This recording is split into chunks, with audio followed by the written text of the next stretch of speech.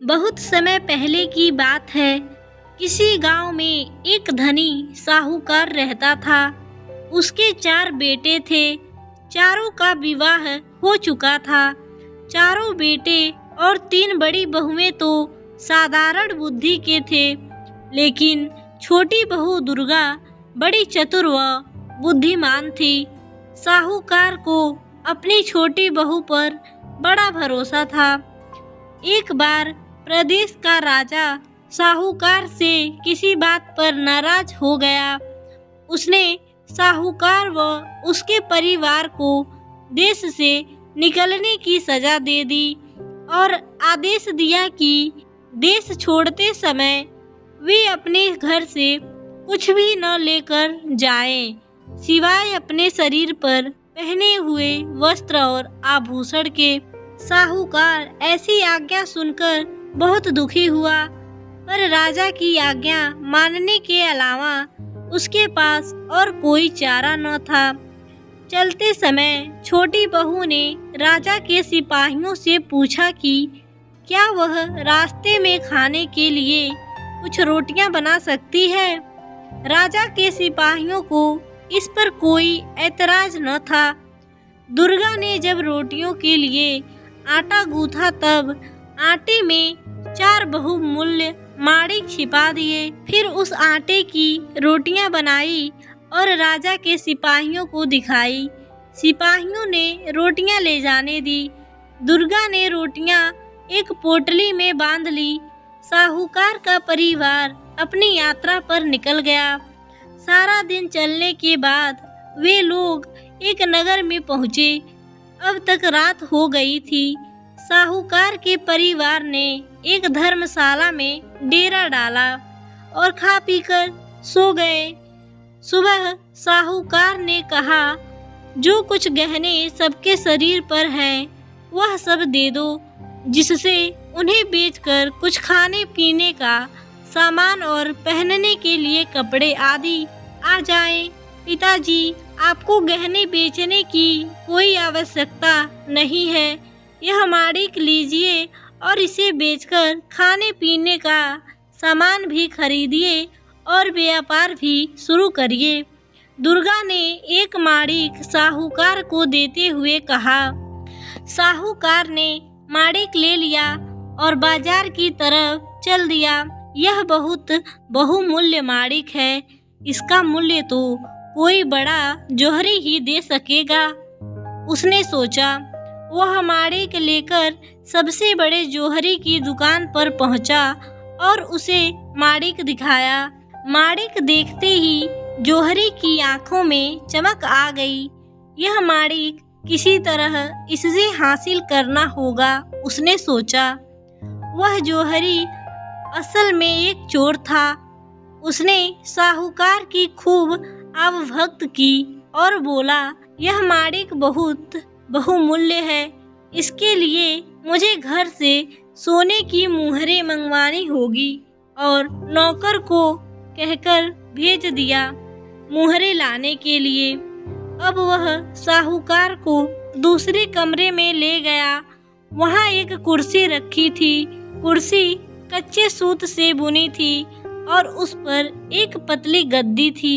कुर्सी के नीचे एक तहखाना था।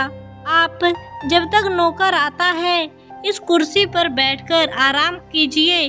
मैं आपके लिए शरबत पानी भिजवाता हूँ, जौहरी साहूकार से बोला। साहूकार कुर्सी पर बैठ गया। उसके बोझ से कच्चे सूत के धागे टूट गए और वह तहखाने में गिर गया। जौहरी ने झटपट तहखाने के मुंह पर एक बड़ा पत्थर रख दिया और बाहर निकल आया।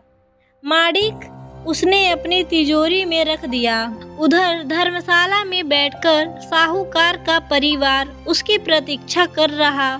जब सुबह तक साहूकार नहीं लौटा तो दुर्गा को चिंता हुई। उसने दूसरा माणिक निकालकर अपने पति को दिया। आप यह माणिक लेकर जाइए। यदि पिताजी से आपकी भेंट हो तो यह माणिक वापस ले आइएगा, वरना इस माणिक को बेचकर खाने पीने का सामान ले लीजिएगा। दुर्गा का पति माणिक लेकर बाजार की तरफ चल दिया। वह भी उसी जौहरी की दुकान पर पहुंचा और उसके साथ भी जौहरी ने वही किया जो उसके पिता के साथ किया था। अब बाप बेटे दोनों तहखाने में कैद हो गए। जब दुर्गा का पति भी सुबह तक नहीं लौटा तो दुर्गा को बहुत चिंता हुई। अब मुझे खुद ही पता लगाना होगा कि इस नगर में मेरे ससुर और पति कहाँ खो गए। उसने अपने शरीर पर पहने हुए आभूषण लिए और बाजार की ओर चल दी। वहां पहुंचकर आभूषण बेचकर उसने खाने पीने का सामान और सबके पहनने के लिए कपड़े खरीदे। अपने लिए उसने सिपाही की पोशाक खरीदी। धर्मशाला पहुंचकर उसने खाने पीने के सामान और कपड़े परिवार वालों को दिया और यह कह के वह ससुर और पति को खोजने जा रही है वहां से चल दी। उसने सिपाही का भेष बनाया और सीधे राज दरबार में पहुंची। उसने हाथ जोड़कर राजा से विनती की कि उसे अपने सिपाहियों में रख ले। राजा ने जब उस सुंदर युवक को देखा तो तुरंत उसे सिपाही की नौकरी दे दी।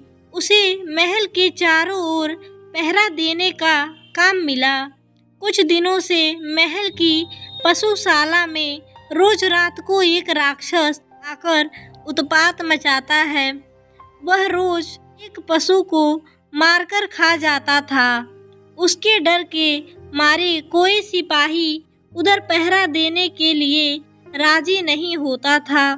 दुर्गा ने राजा से पशुशाला में पहरा देने की आज्ञा मांगी। पहले तो राजा ने इतने कम उम्र के नौजवान को मौत के मुंह में ढकेलने से मना कर दिया, लेकिन दुर्गा के बहुत कहने पर आज्ञा दे दी। जंगल के रास्ते पर एक बहुत बड़ा और घना पेड़ था। जब रात हुई तो दुर्गा उस पेड़ पर चढ़कर बैठ गई। उसने छुरी से अपने बाएं हाथ की उंगली में घाव कर दिया, जिससे कि घाव के दर्द से उसे नींद न आए। फिर पेड़ पर बैठकर पहरा देने लगी। आधी रात के बाद उस जंगल की तरफ से आहट सुनाई दी।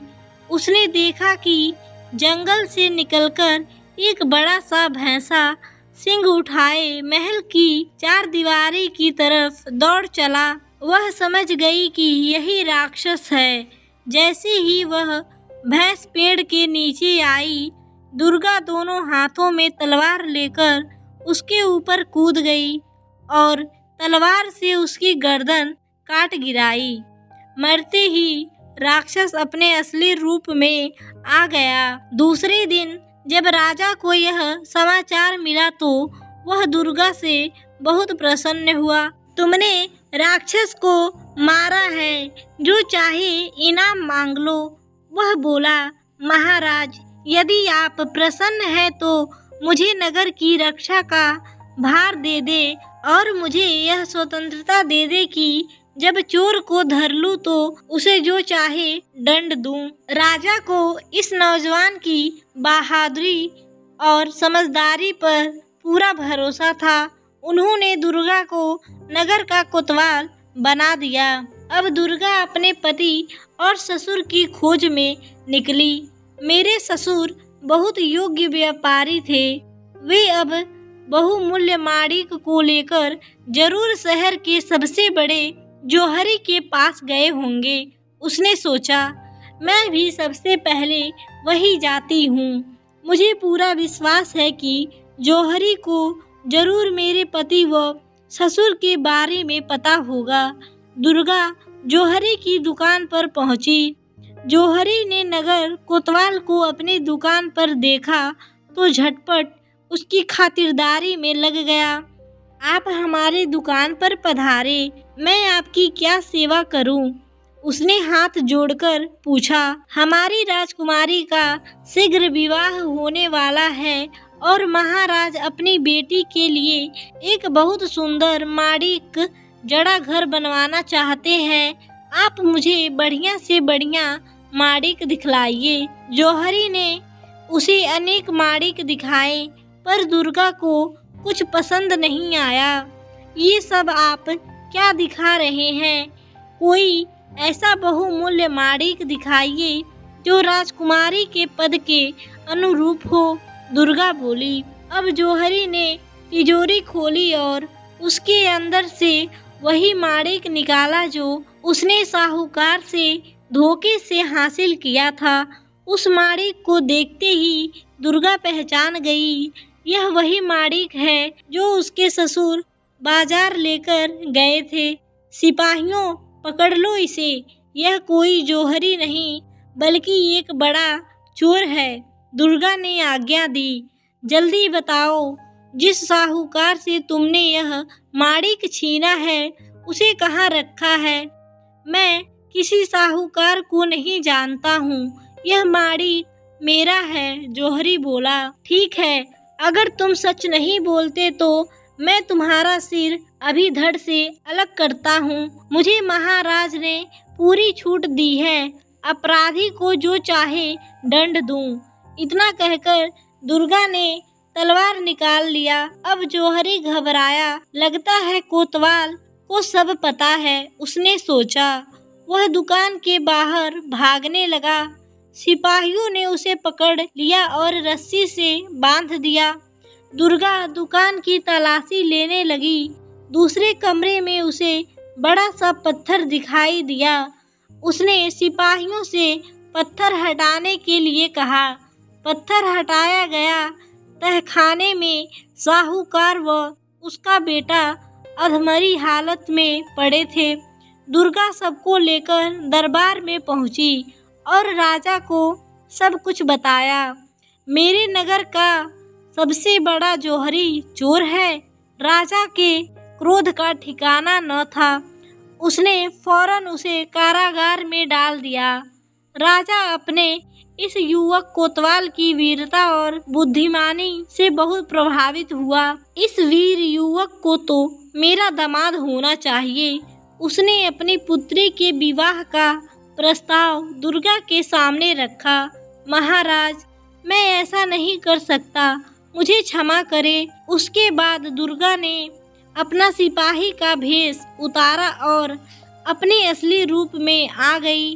फिर हाथ जोड़कर राजा के पैरों में गिरकर उसने बताया कि किस तरह उसने सिपाही का भेष अपने ससुर और पति का पता लगाने के लिए धारण किया था। राजा उसकी बुद्धिमत्ता पर बहुत खुश हुआ। उसने न केवल दुर्गा को क्षमा कर दिया बल्कि उसके ससुर को नगर में व्यापार करने की स्वतंत्रता भी दे दी। दोस्तों, आप लोग चैनल को सब्सक्राइब नहीं करते हो तो प्लीज़ इस चैनल पर सपोर्ट बनाएं और इस चैनल को सब्सक्राइब करें, ज़्यादा से ज़्यादा शेयर करें। धन्यवाद।